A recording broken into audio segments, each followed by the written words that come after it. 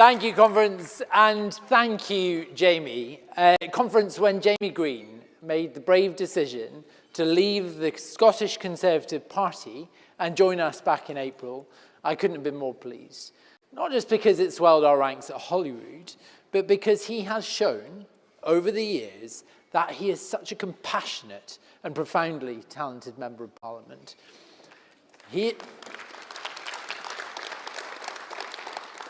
has been met with such warmth and generosity from Liberal Democrats, the length and breadth of the United Kingdom, as we saw at a tremendous rally performance last night. And we didn't just welcome him in, because in Jamie, we recognise a kindred spirit, someone who wants to get stuck in. That's what Liberals are all about. My goodness, he's wasted no time in getting to work.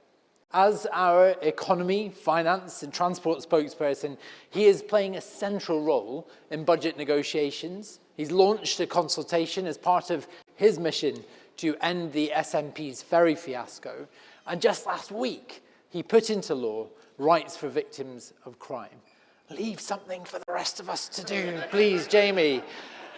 He has swapped the endless infighting and bitterness of the Scottish Conservatives for a party that is united, that is positive, and is brimming with hope.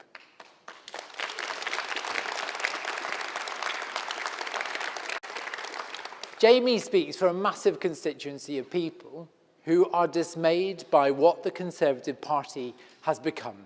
A party that has learned precisely nothing from the disastrous leadership of Boris Johnson and of Liz Truss. People used to compare the number of Conservatives in Scotland to the number of pandas at Edinburgh Zoo. Now, all the pandas have sadly packed up and left. And the way things are going, they'll soon be followed by Russell Finley's Conservative Party.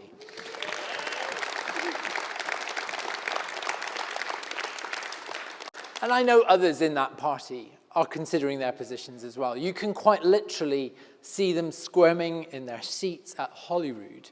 People right up and down the country are turning their backs on the Scottish Conservatives too. Kemi Badenoch sneers at us for being the party that will be active in your community, for being the ones that will turn up and fix your church roof. That shows exactly why the Conservatives have lost the public's trust. Getting stuff done for our local communities is our bread and butter. It's why we're in politics. It's what we are all about. And it's what people are crying out for. So, if you took a chance on Ruth Davidson, but aren't willing to stay for Russell McFarage Finley, then come with us. If you took a chance on a Broadchurch vision for the Conservatives, but aren't willing to stay for the economic illiteracy and the language of the hard right, come with us. And if you took a chance on Ruth Davidson, but aren't willing to stay for the climate change denial or the nasty party they have returned to, then come with us.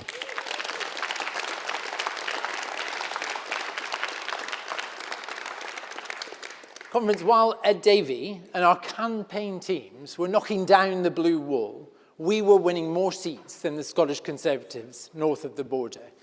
And we can overtake them too in May. Conference, for the first time in the history of Holyrood, the Scottish Liberal Democrats will beat the Conservatives.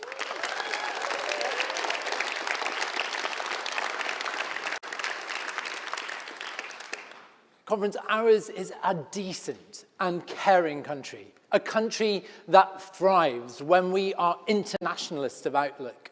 The UK can be a force for good when it stands tall on the world stage. And I don't mean the pomp and ceremony of a state visit. I am so proud of the leadership that Ed Davey has shown in calling for the immediate recognition of the state of Palestine. I am proud of the leadership Ed has shown in pushing the UK government to do more to end the suffering in Gaza, for the hostages still held by Hamas, and the Palestinians starving and dying under constant IDF bombardment, because, Conference, we need to end the genocide.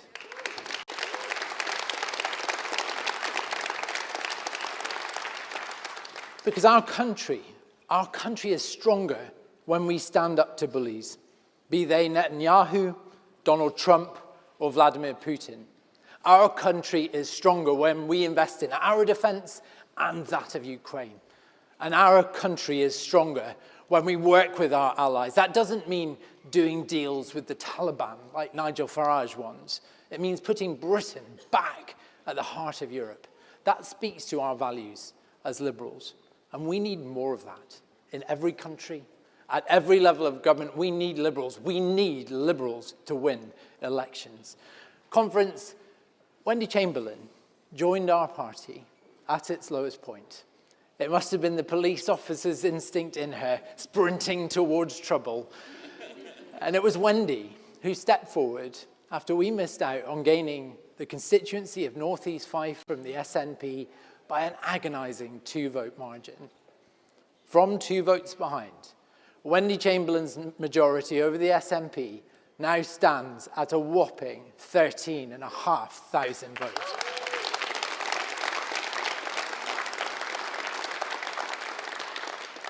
She's proven that she can beat them twice now. She's at the heart of Ed's record-breaking team. Public service is in her DNA. And her constituents trust her to get the job done. And so do I. Which is why I can announce today that Wendy Chamberlain is going to chair our Scottish parliamentary election campaign.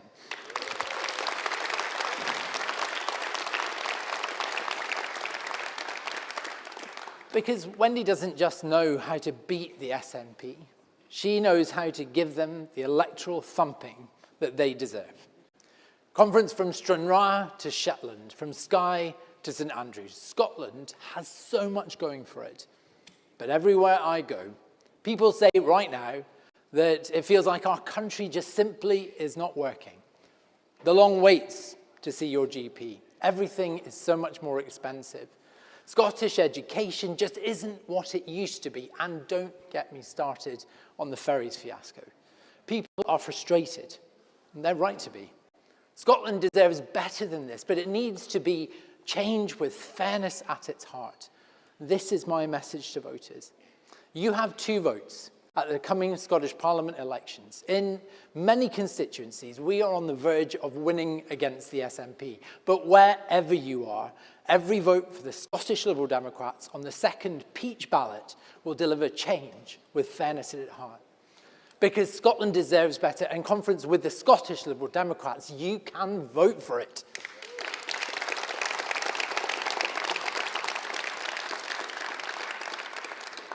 Conference, there will be young Scots casting their ballots at the coming election who weren't even born when the SNP first came to power.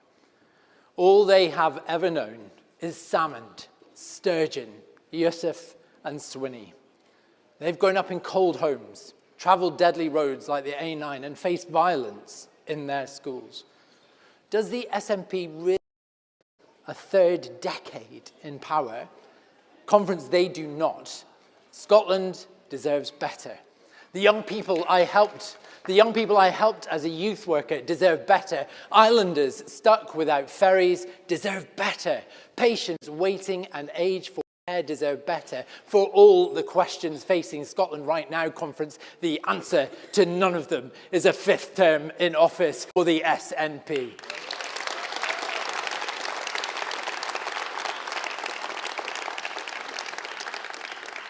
In the last days of his tenure as First Minister, Humza Yousaf jettisoned the Green Party from coalition government. His administration was collapsing all around him. He invited me for talks to see if we could offer him a way to stay in power. Conference, I couldn't, in all conscience, even take that meeting.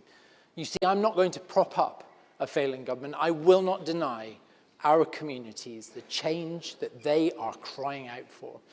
And you saw from our participation in the Scottish budget last year that Liberal Democrats will always act like grown-ups.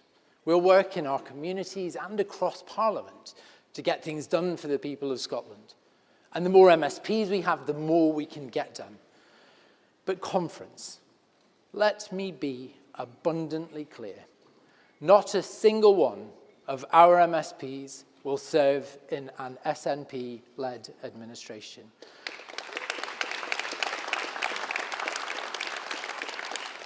I will not countenance a coalition with the nationalists, and I will not vote to put them in power, because Scotland deserves better.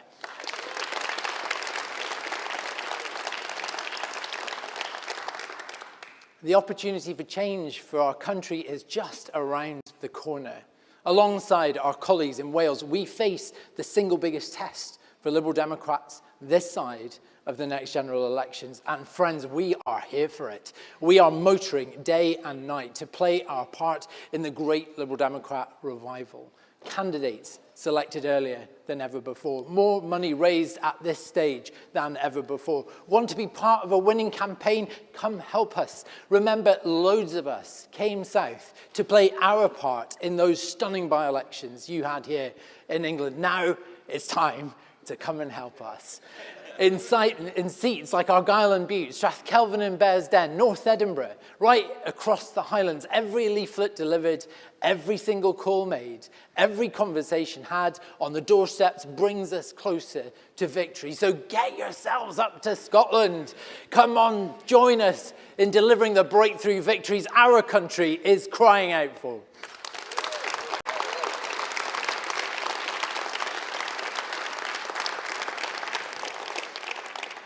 As Jamie kindly mentioned, every week I try to get round the country, knocking doors, finding out how people are feeling and what needs fixed. They're tired. They feel let down by all the other parties. The Scottish Liberal Democrats believe Scotland deserves better than this. We believe in fairness for everyone, no matter who you are or where you come from. That's why we have a realistic plan to get things done.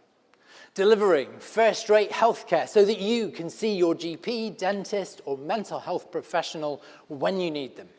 Helping you with the cost of living, insulating those cold homes, and using Scottish renewable energy to drive down household bills. Getting Scotland moving again by fixing our roads, our ferries, and our public transport.